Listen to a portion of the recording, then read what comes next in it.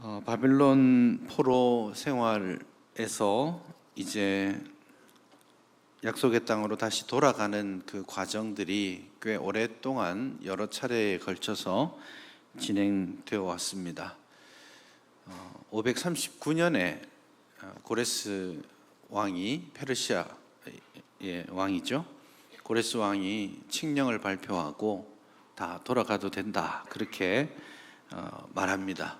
그 길로 해서 바로 오지는 않고 준비하고 해서 1차 포로 기한이 537년이나 8년간에 있었다라고 봅니다. 그때는 스룹바벨이라는 지도자를 대표로 해서 돌아옵니다. 그리고 그때는 돌아올 수 있는 모든 사람이 다 소위 말해서 손든 모든 사람이 다 돌아오게 되죠. 그래서 5만 명 정도 되는 꽤 많은 숫자의 사람들이 예루살렘으로 아주 먼 여행을 하고 돌아갑니다. 가서 그들의 목적은 무너진 그 솔로몬 성전을 다시 세우는 데 있었죠. 그 솔로몬 성전을 세우기 위해서 가기는 갔는데 사실은 솔로몬 성전 세우는 게 그렇게 만만치 않았습니다. 시작하다가 포기하고 몇십 년 만에 515년경에 제2성전이라고 불리우는 스룹바벨 성전을 완공하게 됩니다. 그 과정은 학계, 스가랴 이런 데 많이 잘 나와 있습니다. 그런 과정이 지나고 약 60여 년이 흐른 다음에 두 번째 포로기한이 일어나게 되는데 그 두 번째 포로기한을 주도한 사람이 오늘 본문에 등장하고 있는 사람이죠. 에스라입니다. 에스라가 특수한 목적을 가지고 성전을 지으러 갔고 실제로 이제 성전은 그렇게 크진 않았지만 화려하지도 않았지만 지어졌고요. 그럼에도 불구하고 성전 곁에서 살아가는 이스라엘 백성들의 삶이 영성이 회복되지 못하고 있는 그 장면들을 보면서 에스라는 여기서가 아니라 예루살렘 성전에서 내가 할 일이 있구나라는 그런 깨달음을 가지고 2차 포로기한을 준비합니다. 2차 포로기한의 아주 결정적인 한 장면이 오늘 읽은 이 본문에 나오는 곳입니다. 아하와 강가라고 제가 불렀는데 8장 15절을 보시면 내가 무리를 아하와로 흐르는 강가에 모았다 그렇게 말씀하죠. 그러니 에스라가 그 황제 아닥사스다 왕입니다. 아닥사스다 왕의 허락을 얻고 이제 돌아가서 성전을 중심으로 하는 이스라엘 백성 믿음의 공동체를 회복시키고자 하는 그런 마음의 결단과 하나님 앞에 헌신된 마음을 가지고 출발하려고 할 때 왕이 그것을 허락했고요. 그럼 이제 가서 믿음의 공동체를 세우려면 하나님 앞에 제사를 드리고 하나님의 말씀을 가르치고 할 수 있는 특수한 사람들이 좀 많이 필요하겠죠. 그래서 에스라가 두 번째 포로 기환을 기획했을 때는 갈 수 있는 모든 사람을 부른 것이 아니라 나는 지금 그곳에 가서 예배를 바로 세우고 영성을 바로 세우는 일들을 하기 위해서 간다. 그러니 이 일에 동참할 자는 가자. 그렇게 했습니다. 많이 갔을까요? 생각보다 많이 안 갔습니다. 그래서 2차 이제 떠나기 위해서 왕의 허락을 받고 전국에 페르시아 전역에 흩어져 있는 유대인들에게 이제 갑니다. 올 사람은 오세요. 근데 어디서 만나야 됩니까? 이제 집결지가 여기 나오는 아하와 강가입니다.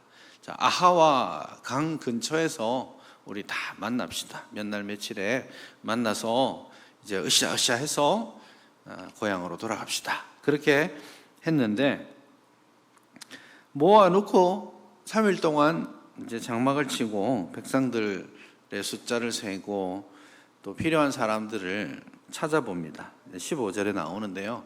그런데 굉장히 충격적인 한 장면을 보게 됩니다.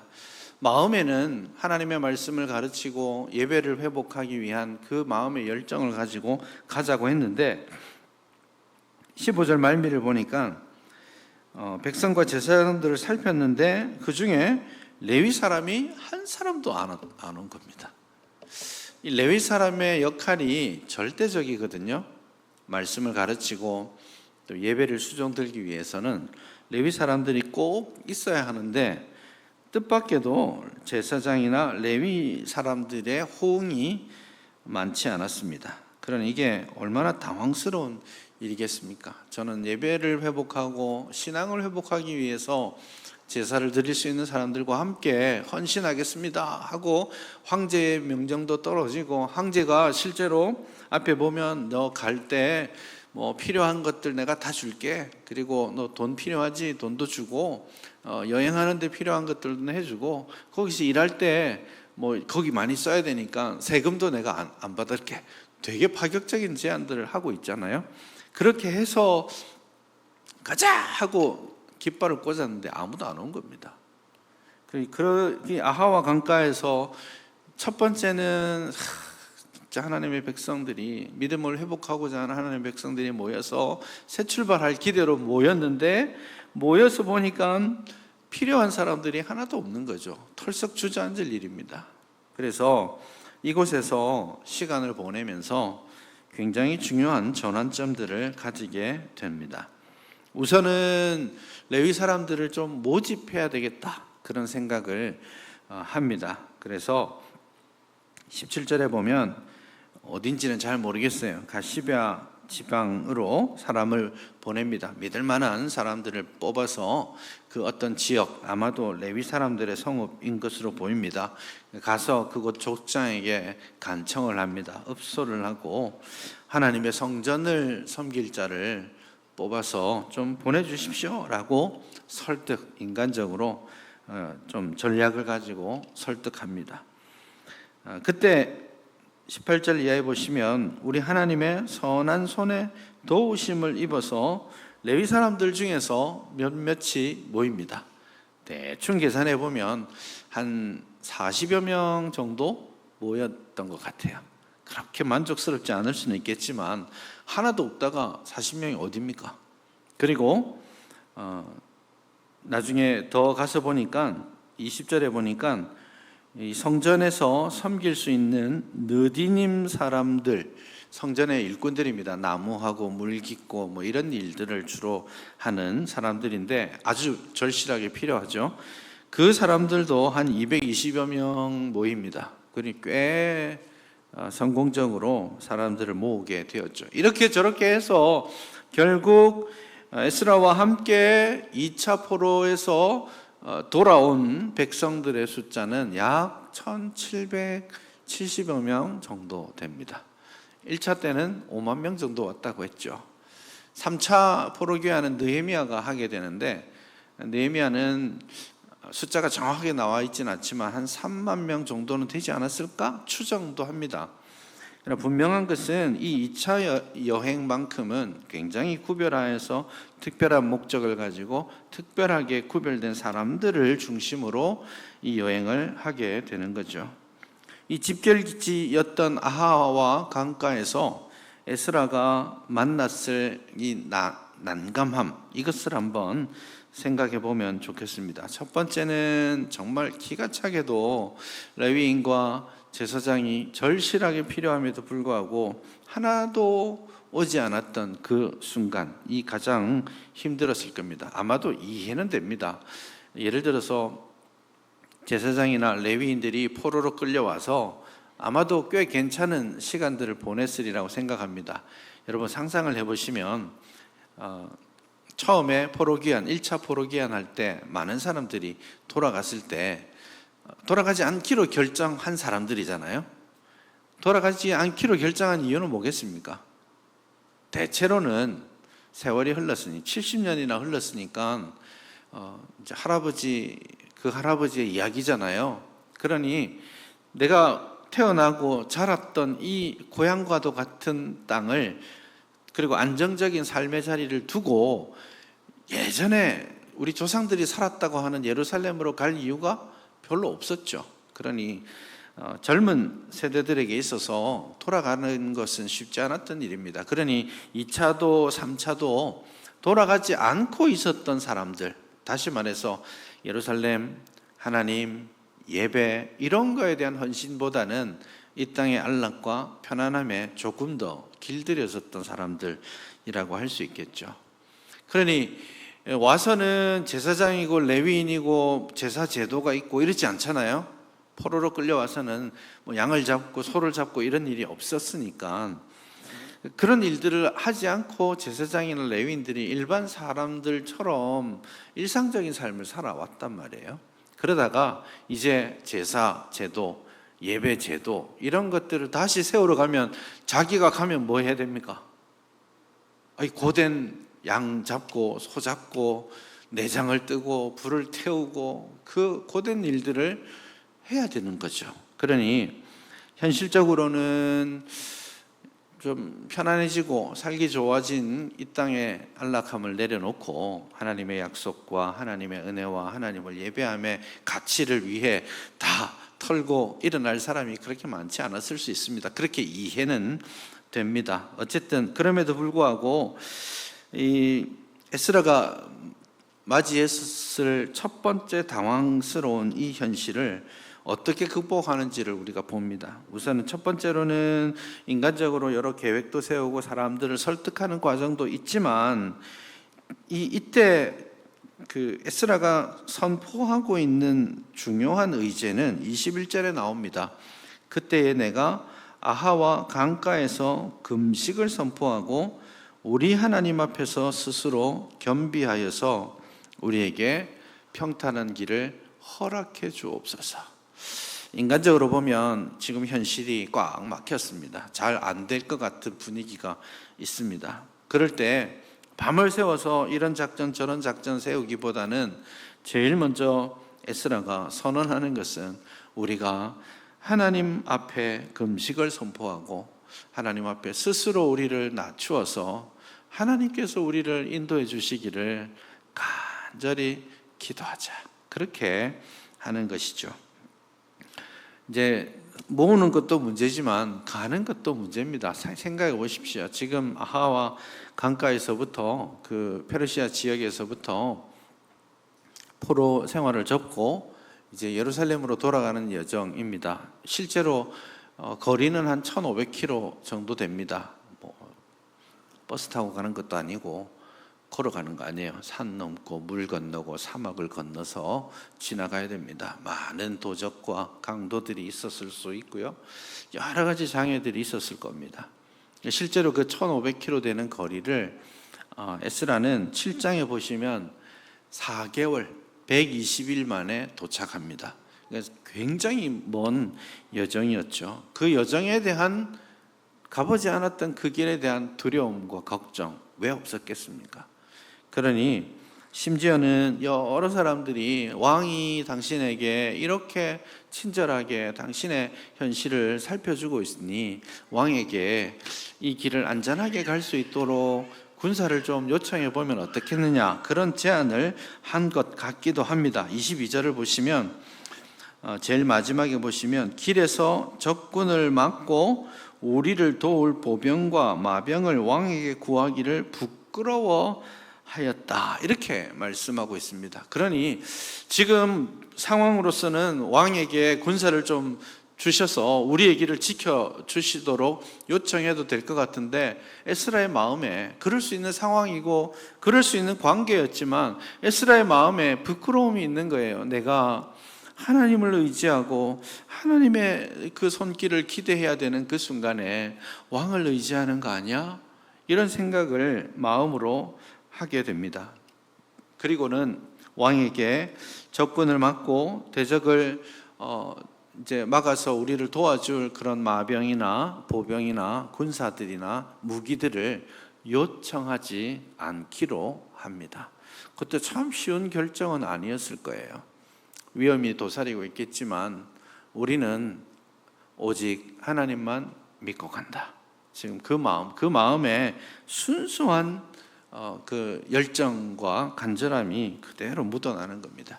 물론 여러분, 왕에게 도움을 구하고 계획을 짜서 안전하게 가는 루트를 찾고 하는 것이 나쁘다는 거 아닙니다. 이게 규칙이 아니에요. 이게 이렇게 하는 게 신앙이다 이런 뜻은 아닙니다. 에스라는 지금 자기의 상황에서 그렇게 하기로 결정한다는 뜻입니다. 사실은 20년 후에 느헤미야가 갈 때는 느헤미야는 뻔뻔하게 아닥사스다 왕 똑같은 왕이거든요. 왕에게 이 갈 때 이게 필요하고 저게 필요하고 다 미리 써왔던 것처럼 막 읊어가지고 전부 얻어내서 돌아오게 됐죠. 그때도 느헤미야 2장에서도 참 재밌는 표현이 그대로 나오는데요. 하나님의 선한 손에 도우심으로 그 일이 되었다라고 말하고, 지금 이 본문에서 18절에도 그 표현이 나오는데요. 에스라는 느헤미야의 신앙 색깔과는 달리 나는 오직 하나님의 인도하심, 하나님의 말씀, 하나님만을 의지하는 내 순수한 믿음, 여기에 올인할 거야. 그렇게 했을 때도 하나님께서는 하나님의 선하신 도우심, 하나님의 선한 손의 도우심을 베푸셨다라고 그렇게 말씀하게 되는 것이죠. 그런 맥락에서 지금 에스라가 사람을 모으는 현재까지의 과정도 참 연약하고 부족하고, 앞으로 나아갈 길에 대해서도 어떤 완벽한 대책도 없이 그렇게 나아가야 되는 상황 가운데 하나님께서 겸손하게 주님을 찾는 자에게 선을 베푸신다 약속하셨으니 그 마음 하나 붙들고 저 해보겠습니다. 그렇게 간절한 마음으로 겸손히 주님 앞에 섭니다. 그렇게 기도하고 고백하는 것이죠. 오늘 본문 말미에 보면 그렇게 우리 하나님께 금식하며 간구하였더니 하나님의 응낙하심을 입었다. 그렇게 요약하죠. 하나님께서 그 기도에 응답해 주셨다라고 그렇게 말씀하게 되는 것이죠. 하나님께서 앞도 막히고 뒤도 막혀 있는 에스라에게 아하와 강가에서 어쩌면 털썩 주저앉아서 이제 앞으로 어떻게 해야 되겠습니까? 찾아온 이 사람들, 나를 믿고 결단하고 온 이 사람들에게 나는 어떻게 해야 되겠습니까? 하나님, 저는 하나님만을 의지하기를 선택합니다. 하나님, 절대 권력자가 아닥사스다 왕이 아닙니다. 하나님이신 줄 저 믿습니다. 하나님의 도우심만을 허락하여 주시옵소서. 그렇게 고백하는 것이죠. 오늘 저와 여러분들이 어떤 현실을 만나고 있을지, 또 우리 교회도 앞으로 나아가야 될 여러 어려운 과정들이 있습니다. 그때에 밤을 새워가면서 청사진을 새롭게 하고 제도를 정비하고 하는 것도 중요할 수 있지만, 오늘 에스라가 보여주는 한 가지 모범은 그 모든 것보다 우리의 마음을 하나님께 돌리고 내가 이 마음의 결단을 하고자 하는 의도가 하나님 앞에 옳은지를 언제나 점검하고 하나님 앞에 겸손히 우리 자신을 세우기를 소원합니다 하는 그거를 지금 우리에게 말씀해 주시는 겁니다. 자기를 찾는 모든 자에게 주님의 선한 손에 베푸심이 있을 줄 믿습니다. 우리 교회도 여러 가지 어려운 일들을 지금 계획하고 있습니다. 곧 이제 시작해야 될 구본당 이제 정리하고 개선하는 그 일들이 있습니다. 마음을 모으는 것도 좀 숙제가 될 수도 있고요. 필요한 재정을 공급하는 것도 숙제이기도 합니다. 앞으로 그곳에서 어떤 꿈을 펼쳐야 될지 중요한 나아갈 길들에 대한 고민들도 필요합니다. 그러나 그 모든 어떻게 진행될지 모르는 미래의 일 앞에서 진짜 우리에게 필요한 것은 하나님을 신뢰하는 믿음의 여정을 계속한다라는 겁니다. 그래서 오늘 이 시간 여러 기도 제목으로 기도하고 또 개인적으로도 기도하게 되실 터인데, 하나님의 선하신 손을 경험하는 우리 모두가 될 수 있기를 바랍니다. 먼저 우리 자신이, 우리 교회가 하나님 앞에 겸손히 엎드리는 그런 믿음의 결단과 믿음의 순수함을 회복할 수 있기를 바랍니다.